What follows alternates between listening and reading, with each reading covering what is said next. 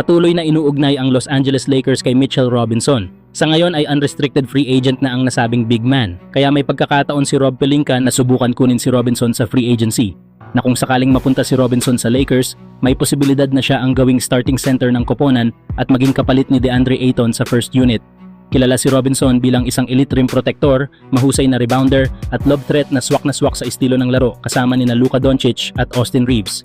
Sa pick and roll offense, malaking banta siya sa alley-oop habang nagbibigay rin ng matinding depensa sa pintura.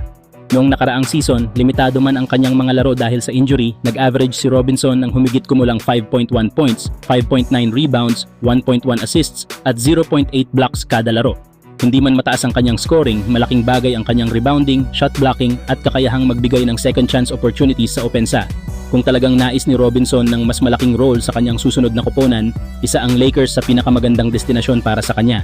Maaari siyang maging pangunahing sentro ng depensa ng koponan at magkaroon ng mas malaking responsibilidad sa starting lineup habang tumutulong sa paghabol ng Lakers sa isa pang NBA championship.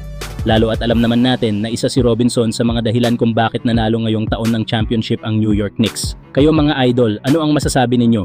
Gusto ba ninyong makita si Mitchell Robinson na magsuot ng purple and gold ng Lakers? Sa tingin ninyo, mas babagay ba siyang maging starting center ng Lakers? Samantala, isang nakakagulat na posibilidad ang ibinahagi ng ESPN insider na si Brian Windhorst. Matapos sabihin nito na kung papayag ang Cleveland Cavaliers sa isang sign and trade na magpapadala kay LeBron James sa Cleveland kapalit ni Jarrett Allen, halos hindi na raw magdadalawang isip ang Los Angeles Lakers na tanggapin ang alok. Gayunman, ito ay nananatiling isang hypothetical na senaryo at wala pang indikasyon na may aktwal na negosasyon sa pagitan ng dalawang koponan. Si Jarrett Allen ay 28-year-old at isa sa pinakamahusay na traditional centers sa NBA. May natitira pa siyang 3-year, $90.72 million fully guaranteed extension na tatakbo hanggang matapos ang 2028-29 season.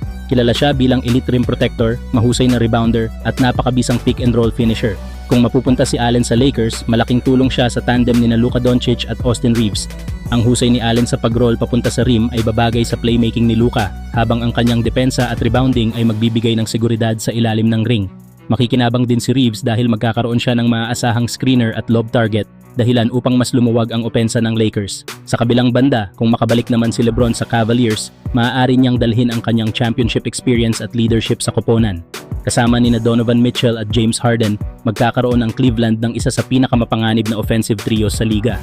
Ang kakayahan ni LeBron sa paglikha ng opensa, mabilis na decision making at pagiging clutch sa mahahalagang sandali ay maaaring magtulak sa Cavaliers bilang isa sa mga pangunahing contenders sa Eastern Conference. Sa ngayon, haka-haka pa lamang ang lahat ng ito, ngunit malinaw na ipinahiwatig ni Brian Windhorst na kung si Jarrett Allen ang kapalit, handang tanggapin ng Lakers ang naturang trade sa isang iglap. Kayo mga idol, ano ang masasabi nyo? Payag ba kayo LeBron James kapalit ni Jarrett Allen? Great hustle for the rebound. Allen inside the flush. And the Spurs will call time.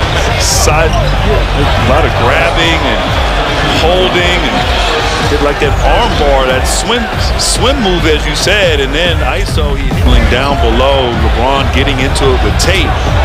Now he